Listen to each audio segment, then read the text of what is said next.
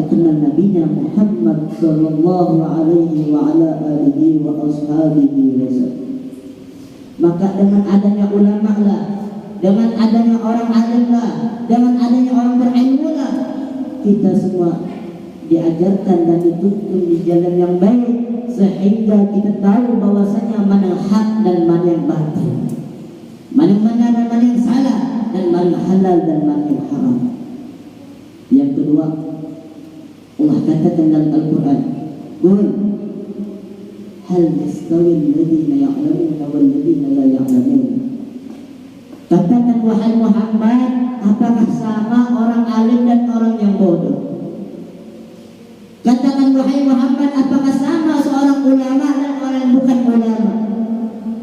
Katakan wahai Muhammad, apakah sama orang berilmu dan orang tidak berilmu?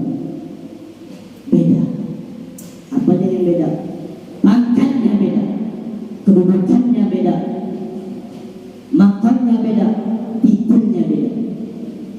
Kalau orang bukan alim, maaf kata bodoh, dia cuma tahu ibadah saja, akan tapi dia tidak tahu bahwasanya mana yang hak dan mana yang batil, mana yang benar, mana yang salah, dan mana yang halal dan mana yang haram. Akan tetapi seorang alim tersebut, seorang ulama tersebut, seorang berilmu tersebut, jangankan gerak-gerik hidupnya, tidurnya mereka saja dihitung kebaikan pahala di sisi Allah Subhanahu wa ta'ala, apalagi ibadahnya.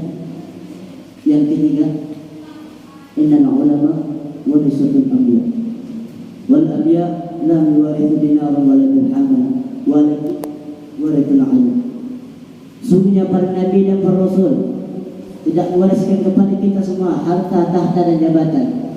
Akan tapi mereka para nabi, mereka para rasul mewariskan kepada kita semua yaitu ilmu. Dan ilmu tersebut Allah titipkan kepada seorang ulama.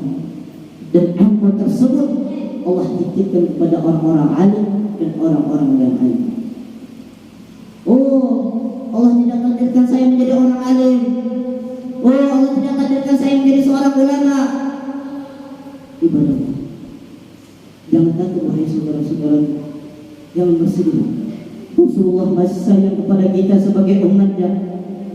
Rasulullah masih memberikan kesempatan kepada kita yang kedua kalinya, kun muta'alliman. Jadilah kalian penuntut ilmu. Untuk ilmu di masjid, untuk ilmu di musala-musala, untuk ilmu di TPA, di pesantren, di majelis-majelis ilmu. Karena kenapa? Karena orang penuntut ilmu itu sama saja dia memegang kunci surga Allah Subhanahu wa ta'ala. Man salaka tariqan yaltamisu fihi 'ilman sahalallahu lahu bihi tariqan ila jannah. Siapa saja dari golongan umat baginda Rasulullah, siapa saja dari golongan umat Nabi Muhammad sallallahu alaihi wasallam yang menuntut ilmu, maka Allah akan mempermudahkan kepada mereka. Allah akan tunjukkan kepada mereka. Allah akan bukakan kepada mereka menuju pintu surga Allah Subhanahu wa ta'ala.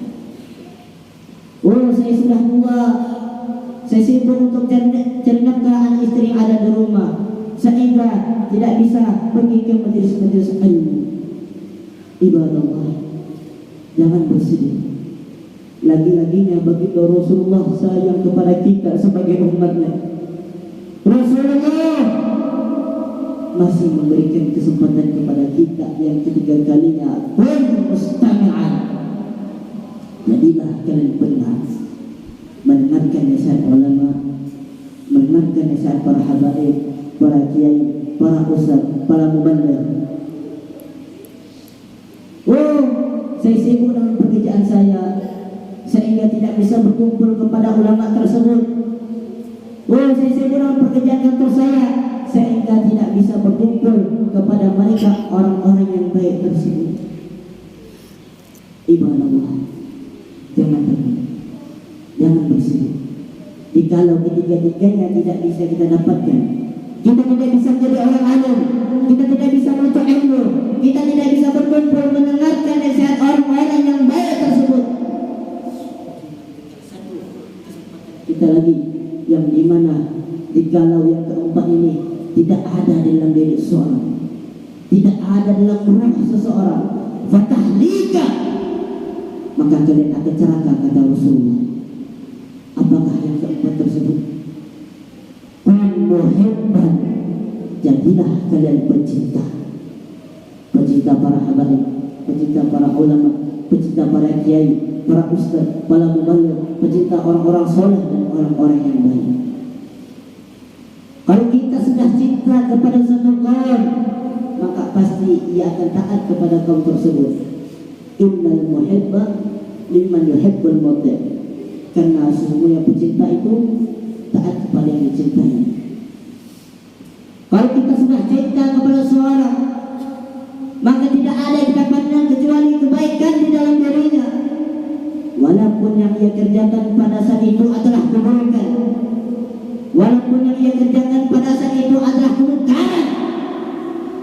Tetapi kalau kita sudah cinta, maka kita pandang dengan kebaikan, husnuzon. Tapi sebaliknya ibadah Allah, kalau kita sudah benci kepada seorang, maka tidak ada yang kita pandang kecuali keburukan di dalam dirinya, walaupun yang ia kerjakan pada saat itu adalah kebaikan, walaupun yang ia kerjakan pada saat itu adalah amal soleh. Tetapi kalau kita sudah benci, maka kita pandang dengan keburukan dan kemungkaran, su'uzon. Mudah-mudahan Allah doakan cuma itu dari kita semua. Amin amin ya